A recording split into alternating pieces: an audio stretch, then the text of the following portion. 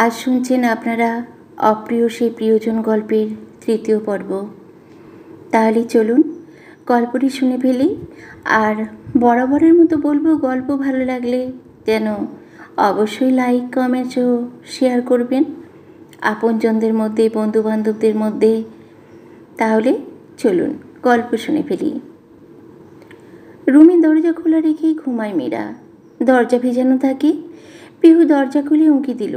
রুমের ভিতর আরামে ঘুমাচ্ছে মীরা। চুলগুলো এলোমেলো মুখের উপর পড়ে আছে। একদম বাচ্চা বাচ্চা লাগছে মীরাকে। কে বলবে যে এই মেয়ের অনার্স ফাইনাল এক্সাম শেষ? পিহু চুল না বেঁধে দিলে মীরা চুল বাঁধেই না। পিহু গিয়ে মীরার পাশে বসে। আলতো করে মুখের উপর থেকে চুলগুলো সরিয়ে মীরাকে ডাকলো, মীরা, মীরা ওঠ, ফজরের টাইম হয়ে গেছে তো। ফজরের নামাজের কথা শুনে লাফ মেরে উঠল মীরা। ঘুম বেশি হলেও কান সর্বদা সজাগ থাকে মীরার। মীরা এক মুহূর্ত দেরি না করে দৌড় দিয়ে বাথরুমে ঢুকে গেল। একবারের জন্য পিহুর মুখের দিকে তাকালো না, কারণ সে জানে পিহুর দিকে তাকালেই বকা খাবে সে। পিহু বিছানায় বসে মুচকি হাসল। উজু করে বের হতেই পিহু বলল, নামাজ শেষ করে চলে আয়। মীরা মাথায় ওড়না পেঁচাতে পেঁচাতে বলল, এই দাঁড়াও দাঁড়াও। পিহু দাঁড়িয়ে পড়ল। মীরা তড়িঘড়ি করে লাইট অন করে বলল, আগে তোমাকে একটু দেখে নেই, তারপর নামাজে দাঁড়াবে। পিহু ভ্রু জোড়া আপনা আপনি কুঁচকে এলো। বলল, একটু আগে তো বকা খাওয়ার ভয়ে পালালি, এখন ভয় লাগছে না? মীরা মুখে হাসি ফুটিয়ে বলে, ঠিক, তবে আমার যাওয়ার আর একটা কারণ ছিল। তা হলো আমার মণিমায়ের পবিত্র মুখটা দেখতে তো আমাকে পবিত্র হতে হবে, তাই না? তাই উজু করে এসেই তোমার কাছে এলাম। পিহু অবাক চোখে তাকিয়ে রইল মীরার দিকে। মেয়েটা সত্যি অন্যরকম। পিহু হেসে মাথা নাড়িয়ে চলে গেল। মীরা পিহু যাওয়ার পানে তাকিয়ে রইল। এখনও সেই আগের মতোই দেখতে পিহু, শুধু গায়ের চামড়া কিঞ্চিত কুঁচকে গেছে, তবে আগের মতোই ফর্সা রয়েছে। ফর্সা শরীর, হালকা জামা, জাম রঙের সুতির শাড়িতে বেশ মানিয়েছে পিহুকে। আচমকায় ঠোঁটে হাসি ফুটে ওঠে মীরার। তাড়াতাড়ি যায় নামাজ বিছিয়ে নামাজে দাঁড়ায় সে। নামাজ শেষে যায় নামাজ ভাঁজ করে রেখে মাথায় ওড়না পেঁচিয়ে বের হয় মীরা। পিহু এতক্ষণ মীরার জন্যই অপেক্ষা করছিল। প্রতিদিন তারা একসাথে হাঁটতে বের হয়, আজকেও দুজনে হাঁটতে বের হলো। সকালে হাঁটলে শরীর ও মন দুটোই ভালো থাকে। কিছুক্ষণ হাঁটাহাঁটি শেষ করে দুজনেই বাড়ি ফিরল। পিহু নিজের রুমে চলে গেল আর মীরা রান্নাঘরে। পিহুকে মীরা রান্না করতেই দেয় না, কারণ পিহুর শরীরটা খুব একটা ভালো যাচ্ছে না। সারাক্ষণ কাশি লেগেই থাকে। ডক্টর ওষুধ দিয়েছে যেগুলো, সেগুলো খাচ্ছে। তাই মীরা সাপ মানা করে দিয়েছে। পিহুর শুধু একটাই কাজ, আর তা হলো ঠিকমতো খাওয়া দাওয়া করে ওষুধ খাওয়া আর কলেজে যাওয়া। পিহু এখন কলেজে চাকরি নিয়েছে, সেখানেই যাই। মীরা আটা মেখে রুটি বানালো, তারপর আলু কুচি কুচি করে কাটলো। ফ্রিজে পেঁপে কুচি রাখা ছিল, কালকেই রেখেছে মীরা, তাই আলু এবং পেঁপে ভাজি করলো। সাথে ডিম ভাজলো একটা। ডিম ভাজার সময় ধুমধাম দরজার আওয়াজ আসতে লাগলো। মীরা এতে প্রচণ্ড রেগে গেল, তবে কে এসেছে তা বুঝতে একটুও বাকি রইল না তার। ডিমটা বাটিতে রেখে খুন্তি হাতে নিয়ে দরজার দিকে ছুটল সে। মীরার আগে পিহু দরজার কাছে চলে গিয়েছে। মীরা বলে ওঠে, তুমি দরজা খুলো না মণিমা, আমি যাচ্ছি। পিহু থেমে যেতেই মীরা গিয়ে দরজা খুলে দিল। খুন্তি হাতে মীরাকে দেখে এক লাফে 2 হাত পিছিয়ে গেল মোহিত। মীরা ভ্রু নাচিয়ে বলল, কি, তুই আবার এসে দরজা ধাক্কা দিচ্ছিস কেন? কলিং বেল নেই? মোহিত বোকা হাসি হেসে বলে, তোমাকে রাখতে দেখে যে আমার খুব ভালো লাগে প্রিয় প্রিয় বউ। মীরা কটমট করে দরজার বাইরে এসে বলে, এত বউ বউ করিস কেন? তোর থেকে গুনে গুনে 5 বছর 7 মাস 13 দিনের বড় আমি, আর তুই আমাকে বিয়ে করার স্বপ্ন দেখিস? স্বপ্ন তো দেখি না, আমার ইচ্ছে তোমাকে আমার বউ বানাবো। কিন্তু একটাই সমস্যা, আম্মুকে বলতে পারছি না। কী যে করি? ছেলের যে বিয়ের বয়স হয়েছে তা তো আম্মু দেখতেই পায় না। মীরা ছোটো ছোটো চোখে তাকিয়ে বলে, তোর বয়স তো 17, তাহলে বিয়ের বয়স হলো কেমনে? মোহিত কিছুটা ভঙ্গিমা করে বলে, তো কি হয়েছে? আমার মনের বয়স অনেক আগেই বিয়ের বয়স ছাড়িয়ে গেছে। ভালোই তো লজিক শিখে গেছিস। দাঁড়া, আজ তোর একদিন তো আমার একদিন। গরম খুন্তির ছ্যাঁকা দিলেই তোর মনের বয়স কমে যাবে। মীরা মোহিতকে তাড়া করল। বাড়ির উঠোন জুড়ে দৌড়াদৌড়ি করতে লাগলো। পিহু দরজার সামনে দাঁড়িয়ে ওদের কাণ্ড দেখছে আর হাসছে। মোহিত হলো মুক্তার ছেলে। প্রতিদিন সে আসবে মীরাকে জ্বালাতন করতে। ওদের দুজনের দুষ্টুমি দেখে পিহু সব সময় হাসে, কিন্তু তৎক্ষণাৎ পিহুর ঈশানের কথা মনে পড়ে যায়। ঈশান থাকলে সেও হয়তো এমন দুষ্টুমি করতো মীরার সাথে। ছোটবেলা থেকেই তো ঈশান খুব খেপাতো মীরাকে। ফোঁস করে নিঃশ্বাস ছাড়ল পিহু। কতই না ভালো হতো যদি ঈশান আর রিফাজ থাকতো, ওর সংসারটা ঝলমল করতো। কিন্তু সেই সব কিছু অভিমানের নিচে চাপা পড়ে গেছে। মাথার উপর ফ্যান চলছে, সোফায় বসে হাঁপাচ্ছে মীরা আর মোহিত। দৌড়াদৌড়ি করার ফলে দুজনেই ক্লান্ত হয়ে পড়েছে। একটু জিরিয়ে নিয়ে মীরা উঠতে উঠতে বলল, আর একদম জ্বালাতে আসবি না আমাকে, দূর হ ফাজিল। মোহিত আহত কণ্ঠে বলে, এভাবে বলে না বউ, স্বামীর থেকে দূরে থাকতে নেই। আচ্ছা, এক গ্লাস পানি খাওয়াও। মীরা মুখ বাঁকিয়ে রান্নাঘরে যেতে যেতে বলল, নিজে গিয়ে খা, আমি খাবার রেডি করছি। মোহিত টেবিল থেকে পানি নিয়ে খেয়ে গান শুরু করলো, কবে আইবে আমার পালা রে, কবে দিমু গলায় মালা রে। মীরা খাবার রেডি করে পিহুকে ডাকতে গেল। পিহু, মীরা আর মোহিত সকালে নাস্তা সারল। মীরা ওষুধ আনার জন্য পিহুর রুমে গেল। ওষুধের পাতা হাতে নিতেই ওর চোখ গেল ওয়ার্ড্রপের উপর। লাল রঙের টেডি বিয়ারটা সাজিয়ে রেখেছে পিহু। সাথে সাথে মীরার মেজাজ তুঙ্গে উঠে গেল। টেডি বিয়ারটা ধরে নিয়ে পিহুর সামনে গিয়ে দাঁড়ালো। মীরার হাতে টেডি দেখে পিহু একটুও ঘাবড়ালো না। মীরা রাগে ফুঁসে উঠে বলে, তুমি আবার এই আপদটাকে ঘরে তুলেছ কেন? পিহু কথা না বলে হাত বাড়িয়ে ওষুধের পাতা নিল। মীরা জোর গলায় বলল, আজকে তো এটাকে এমন জায়গায় গুম করব তা তুমি ভাবতেও পারবে না। দরকার পড়লে এটাকে পুড়িয়ে ফেলব। মীরা হন হনিয়ে বাড়ি থেকে বের হয়ে গেল। একটু পর আবার ফিরে আসলো, তবে কিছু বলল না। সোফায় বসে মুখটা অন্যদিকে ফিরিয়ে রাখলো। মোহিত একবার মীরার দিকে তো একবার পিহুর দিকে তাকায়। পিহু রুমে গিয়ে রেডি হয়ে নিল। তারপর বের হয়ে বলল, মীরা, আমি আসছি, দরজা লাগিয়ে দিস, দূরে কোথাও যাস না। মীরা এবারও কোনো কথা বলে না। পিহু দরজার সামনে যেতেই মীরা গম্ভীর গলায় বলল, ওই টেডি তুমি আমার আর বাড়িতে আনবে না, তাহলে আমি বাড়ি ছেড়ে চলে যাব বলে দিলাম। পিহু হাসল, তারপর কলেজের উদ্দেশ্যে চলে গেল। মোহিত মীরার রাগ ভাঙানোর জন্য এটা ওটা বলতে লাগলো। পিহু বাড়ি থেকে একটু দূরে আসতেই দেখতে পেল ডাস্টবিনে পড়ে আছে টেডিটা। পিহু এগিয়ে গিয়ে হাতে নিয়ে ময়লা ঝাড়তে লাগে। তারপর সেটা নিয়ে কলেজে চলে গেল। পিহু জানে যে মীরা টেডিটা ডাস্টবিনে ফেলবেই।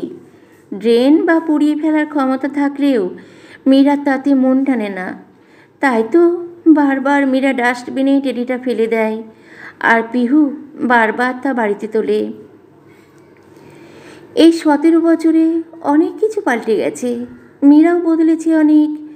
ইফাজ আর ঈশানের নাম সে শুনতেই পারে না। 17 বছর ধরে একটু একটু করে ঘৃণা জন্মেছে মীরার মনে। মীরার কাছে পৃথিবীর সবচেয়ে খারাপ ব্যক্তি হলো ঈশান আর ইফাজ। সেদিন ছোট ছিল বলে কিছু বলতে পারেনি, ভয়ে চুপসে ছিল। কিন্তু এখন মীরা একটু ভয় পায় না, বরং অন্যায়ের প্রতিবাদ করে। সব সময় মাথা উঁচু করে চলে। পিহুর মতো নরম মনের মানুষ নয় সে। টেডি বিয়ারটা তো ঈশানের দেওয়া ছিল। যাওয়ার আগে ঈশান টেডিটা মীরার হাতে দিয়ে গিয়েছিল, কিন্তু এখন এই টেডির প্রতি মীরার ঘৃণা হয়। অনেকবার এই টেডিকে সে ফেলে দিয়েছে, কিন্তু পিহু খুঁজে খুঁজে বের করে আবার ঘরে এনেছে। এ নিয়ে অনেক ঝামেলা করেছে মীরা, তবুও পিহু কোনো কথা বলেনি এ বিষয়ে। পিহু এই টেডিতে ঈশানের ছোঁয়া পায়, তাই আগলে রাখে নিজের কাছে। পিহু ভাবতে লাগলো যে আজকে থেকে এই টেডিকে গোপন জায়গায় লুকিয়ে রাখবে, যাতে মীরা না দেখতে পায়। 17 বছরের পিহু একটুও শক্ত হতে পারেনি, উল্টে আরও দুর্বল হয়ে গেছে। ঈশান আর ইফাজের প্রতি একটুও রাগ নেই পিহুর, তবে তার শেষ ইচ্ছা যে ওদেরকে সব সত্যিটা জানাবেই। তখন আবার সব ঠিক হয়ে যাবে। ঈশান আর রিফাজ আবার ওর কাছে ফিরে আসবে। সেদিন ডিভোর্স পেপারে সাইন করার জন্য আজও পিহু আফসোস করে কিভাবে সে এত অভিমান করলো সেদিন। সেদিনের পর নেহাল আবার এসেছিল। মূলত পিহু ডিভোর্সের কথা শুনে এসেছিল, কিন্তু স্বামীর আর মুক্তা সর্বদা পিহুর পাশে ছিল। এই জন্য নেহাল কিছু করতে পারেনি, এমনকি পুলিশকে জানিয়েছিল। তারপর নেহালকে আর দেখা যায়নি। কলেজে যেতেই মুক্তার সাথে দেখা। এই কলেজে জয়েন করার বছরখানেকের মধ্যেই মুক্তাও এখানে জয়েন হয়, যার ফলে দুজনে একসাথে এই কলেজে চাকরি করে। ক্লাস শেষ হতে দুপুর 2টো বেজে গেল। পিহু ক্লান্ত হয়ে বাড়িতে ফিরল। মীরা তখন নামাজ পড়ে ঘুমাচ্ছে। পিহু চাবি দিয়ে দরজা খুলে টেডিটা আলমারিতে তালা মেরে রাখল। তারপর চলল গোসল করতে। গোসল সেরে জোহরের নামাজ আদায় করলো। তারপর গেল মীরার রুমে। মীরা তখনও ঘুমোচ্ছে। মেয়েটা যে এত ঘুম পাগল, উঠতে বসতে তার ঘুম পায়। নিশ্চয়ই না খেয়ে ঘুমিয়ে পড়েছে। এটাই মীরার একমাত্র স্বভাব, পিহুকে ছাড়া সে খাবেই না। পিহু মীরাকে টেনে উঠে খাবার টেবিলে নিয়ে বসায়। মীরার প্লেটে ভাত বেড়ে দিতে দিতে সে বলে, নামাজ পড়েছিলি? মীরা মুখের সামনে হাত রেখে হাই তুলে বলে, আজ বিকেলে পুষ্পার কবর জিয়ারত করতে যাব। মীরার খাবারের প্লেটের দিকে তাকিয়ে ছোট করে বলে, তারপর আর কেউ কথা বলে না। মীরা এখন আর সেই মিথ্যা ধারণা নিয়ে থাকে না। সে এখন জানে যে তার বাবা মা কেউ বেঁচে নেই। যেদিন প্রথম এই কথা বুঝতে পেরেছিল, সেদিন পিহুকে আঁকড়ে ধরে চিৎকার করে কেঁদেছিল। পিহু সেদিন মীরাকে সামলিয়েছে, মায়ের আদর দিয়ে বড় করেছে। পিহু মীরাকে আরও পড়াবে, রেজাল্ট বের হলে মাস্টার্সে ভর্তি করাবে, নিজের পায়ে দাঁড় করাবে মীরাকে। বিকেলে পিহু আর মীরা বের হয়। একটা রিক্সা নিয়ে কবরস্থানে যায়। পাশাপাশি কবর দেওয়া হয়েছে পুষ্পা আর মিলনকে। পিহু আর মীরা দুজনে কবর জিয়ারত করে বাড়ির পথ ধরে। রিক্সা না পাওয়ার কারণে দুজনে হাঁটছে। একটু সামনে গেলে রিক্সা পাওয়া যাবে। তখনই চোখে পড়ল রাস্তার পাশে কেউ একজন বসে আছে। হয়তো পড়ে গেছে, তাই ওঠার চেষ্টা করছে। পিহু সেদিকে এগিয়ে গেল। মীরা পেছন ফিরে তাকিয়ে দেখে পিহু একটা লোককে সাহায্য করতে গেছে। পিহু লোকটাকে দেখে অবাক হলো, তবুও টেনে তুলল তাকে। কিন্তু মীরা যেই না লোকটাকে দেখল, রাগে ফুঁস করে উঠল। দৌড়ে গিয়ে পিহুর থেকে ছাড়িয়ে নিল লোকটাকে। ধাক্কা লাগায় লোকটা পড়তে পড়তেও পড়ল না। পিহু মীরার দিকে তাকিয়ে গরম চোখে বলে, সমস্যা কি তোর? দেখছিস না সাহায্য করছি। মীরা পিহুর সাথে চোখ মিলিয়ে বলে, দুনিয়ার সব মানুষকে সাহায্য করতে পারো, আমি কিচ্ছু বলবো না, তবে এই লোকটাকে কোনোভাবেই সাহায্য করা যাবে না। মীরা নেহালের দিকে তাকিয়ে বলল, এই যে আপনি হঠাৎ কোথা থেকে উদয় হলেন? উদয় হয়েছেন ভালো কথা, আবার মণিমায়ের সামনে কেন এসেছেন? ইচ্ছে করছে ধাক্কা মেরে ড্রেনে ফেলে দেই, যাতে নোংরার মধ্যে থেকেই মৃত্যু হয়। পিহু একটা ধমক দিয়ে বলল, মীরা এসব কি বলছিস? উনি তোর গুরুজন হয়, আর কারো মৃত্যু কামনা করা ঠিক নয়, ক্ষমা চা। মীরা তার ছেলের হাসি দিয়ে বলে, এর থেকে ক্ষমা চাইব আমি? তার থেকে যদি 20 তলা বিল্ডিং থেকে লাফ দিতে বলো আমি তাতেও রাজি, তবু এই খারাপ লোকটার কাছে ক্ষমা চাইতে আমি রাজি নই। মীরা মুখ ঘুরিয়ে নিল। পিহু কিছু বলার আগে নিহার বলে উঠল, থাক না পিহু, মীরা ছোট মানুষ, ওকে বলতে দাও। আমি কিছু মনে করিনি। আমার পাপের শাস্তি তো সবে শুরু হয়েছে মাত্র। নেহালের কথায় পিহু অবাক হয়ে বলল, শাস্তি কিসের? আর তোমার এই অবস্থা কেন? পিহু নেহালের দিকে চোখ বুলায়। সাদা একটা পাঞ্জাবি পরা নেহাল, তাতে ময়লা লেগে আছে, গায়ে একটা পাতলা চাদর, তাতেও ময়লা। নেহাল স্নিগ্ধ হেসে বলল, তোমার সাথে অন্যায় করেছি, তার শাস্তি আমি পাচ্ছি। কয়েক বছর আগে একটা অ্যাক্সিডেন্টে আমার হাত ভেঙে যায়। ডক্টর দেখিয়েছিলাম, আমার হাতে রগ বসানো হয়েছে। এতে প্রায় আমার সব টাকাই শেষ। এর জন্য আমার চাকরিটা হারাতে হয়েছে নিজের পরিবারকেও। মা বাবা তো মারা গেছে, ছেলেমেয়েরা তো নিজেদের খরচ চালাতে হিমশিম খায়, বয়সই বা কত তাদের। এটুকু বয়সে তো ওদের আনন্দ ফুর্তি করার সময়, কিন্তু ওরা নিজেদের হাল ধরেছে। তাই আমি আর আমার স্ত্রী সামনের বৃদ্ধাশ্রমে থাকি। পিহু মুখে হাত রেখে বলে উঠল, কি এত কিছু হয়ে গেছে? মীরা পিহুর মুখের কথা কেড়ে নিয়ে বলে, দেখলে তো মণিমা, পাপ তার বাপকেও ছাড়ে না। এই লোকটার পাপের ফল শুধু উনি নয়, বউ বাচ্চা সহকারে পেয়েছেন। একেই বলে ধর্মের কল বাতাসে নড়ে। প্লিজ মণিমা, তুমি এখন এই খারাপ লোকটাকে দয়া দেখিও না, আমার তো ঘেন্না হচ্ছে। পিহু এবার বেশ রেগে গেল, কড়া গলায় বলল, মীরা চুপ কর, আমাকে বলতে দে। পিহু নেহালের দিকে তাকাতেই নেহাল বলল, তুমি আমায় ক্ষমা করো পিহু, না হলে সারা জীবন এই পাপের বোঝা বয়ে বেড়াতে হবে আমাকে। পিহু বড় একটা নিঃশ্বাস ফেলে বলল, আল্লাহর কাছে ক্ষমা চাও, তিনি ক্ষমা করলেই হবে। আমি তোমার অনেক বড় ক্ষতি করেছি পিহু, এর ক্ষমা তাই তোমার কাছে চাইছি। আমি ইফাজকে সবটা সত্যি বলে দেব। কোথায় আছে সে এখন? মীরা নিজেকে চুপ রাখতে পারল না, ফোঁস করে বলল, এখন বলে কি হবে? 17 বছর তো চলেই গেল, বাকি জীবনটাও এভাবেই চলে যাবে।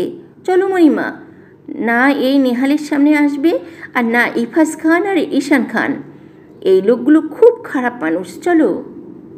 নেহাল ওদের বাধা দিয়ে বলে, আমার শেষ অনুরোধটুকু রাখো প্লিজ। ইফাজকে সবটা বলতে যে আমাকে হবে। সামনেই আশ্রম, চলো, তারপর আমি সব বলছি।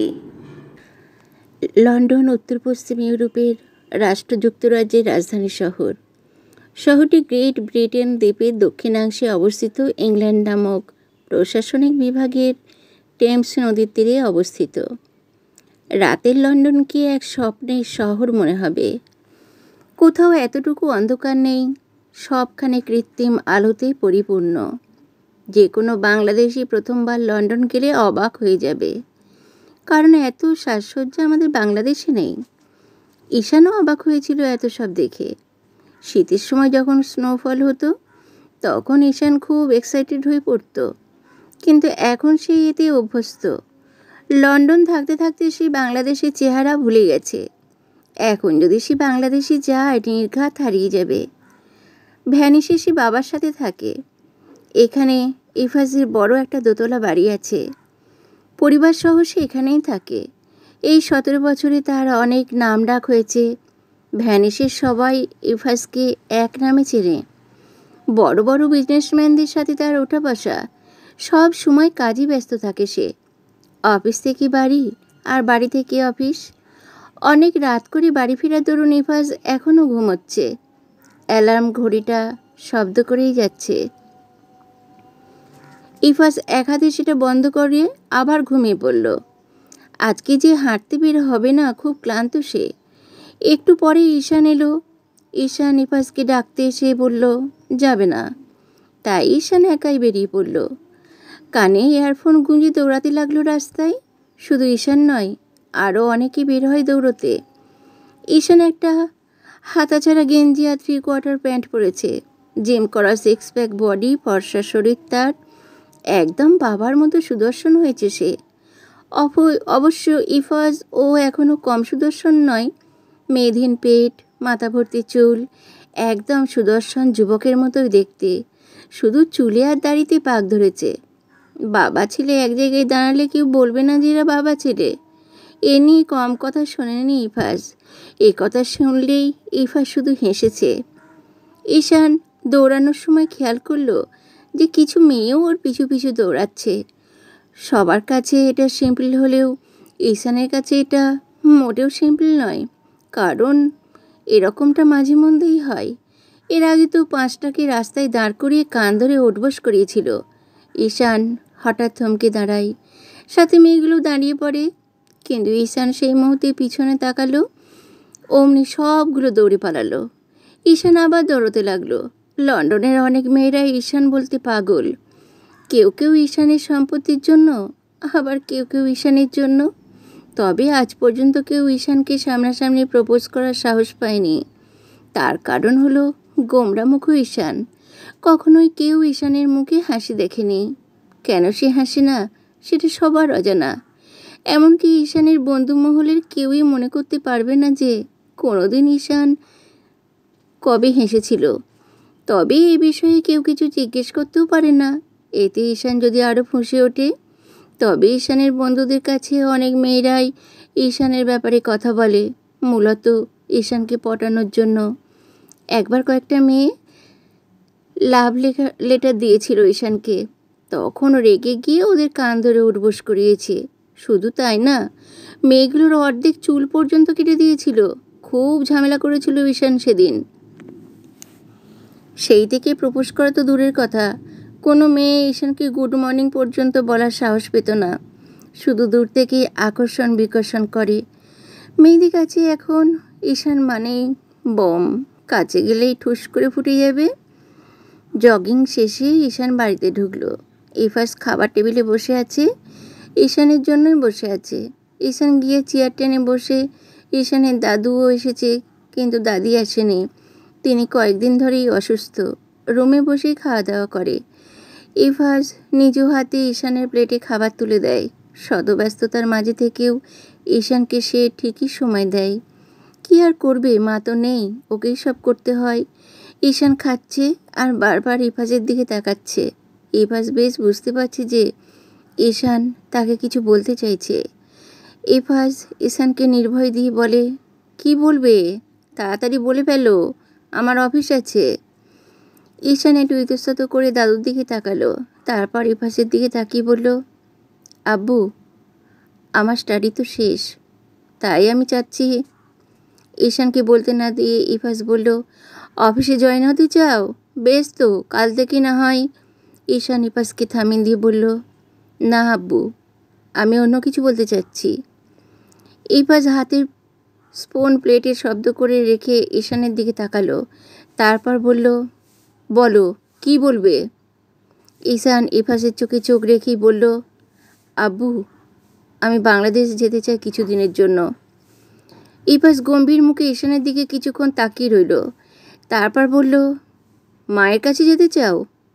ঈশান মুখে বিরক্তি ভাব ফুটিয়ে বলল, তাহলে তো আরও আগেই যেতাম। তুমি তো জানো ওনাকে আমি ঘৃণা করি, উনি কিছুতেই আমার মা হতে পারে না। আমি অন্য কারণে যেতে চাই। যতই হোক পিহু তোমার মা, মায়ের নামে বাজে কথা তোমার মুখে মানায় না। ঈশান ইফাজের চোখে চোখ রেখে বলল, তোমার তো স্ত্রী, তাহলে তুমি কেন তাকে ঘৃণা করো? কেন তাকে ছেড়ে এত বছর ধরে এখানে পড়ে আছো? কেন সেদিন ডিভোর্স পেপারে সাইন করলে? ঈশান! ইফাজ রেগে বলতে ঈশান খাওয়া ছেড়ে দাঁড়িয়ে পড়ল আর বলল, আমি তোমার ছেলে, তোমার রক্ত আমার শরীরে বইছে, তাই জেদটা তোমার মতো। তবে আমার মনে হয় আমার জেদটা তোমার থেকেও বেশি। তুমি সেদিন নিজের জিনিস ফেলে এসেছো, কিন্তু আমি সেটা করব না। আমার জিনিস আমার চাই, সেটা যে কোনো মূল্যে হোক। আমি পরের মাসেই বাংলাদেশ যাচ্ছি, দ্যাটস ফাইনাল। ঈশান নিজের রুমে চলে গেল। ইফাজ ছেলের যাওয়ার পানে তাকিয়ে রইল। কি এমন ফেলে এসেছে সে? বাংলাদেশে যা আনা এত জরুরি, আর এতদিন পর মনে পড়ল সেই জিনিসের কথা। ইফাজের এখানে কিছু করার নেই, একরোখা হয়েছে ঈশান, যা বলে তাই করে ছাড়ে। মা না থাকলে যা হয় আর কি। কিন্তু ইফাজের চিন্তা, যদি ঈশান বাংলাদেশে যায় এবং পিহুর মুখোমুখি হয়, তাহলে তো কেলেঙ্কারি হয়ে যাবে। যা নয় তা বলবে পিহুকে সে। কিন্তু ইফাজ জানে না যে মীরা আছে পিহুর সাথে। ঈশান যদি ঘূর্ণিঝড় হয় তো মীরা সাইক্লোন। ওদের দুজনের মুখোমুখি সংঘর্ষে সব কিছু লণ্ডভণ্ড হয়ে যাবে। ইফাজ খাবার টেবিল ত্যাগ করে অফিসে চলে গেল। ঈশান নিজের রুমে রেডি হচ্ছে। গায়ের গেঞ্জি খুলে শার্ট পরে বোতাম লাগাতে গিয়ে আয়নায় নিজের প্রতিবিম্বের দিকে তাকালো। ঘাড়ের কাছের দিকটায় আলতো করে হাত বুলোলো।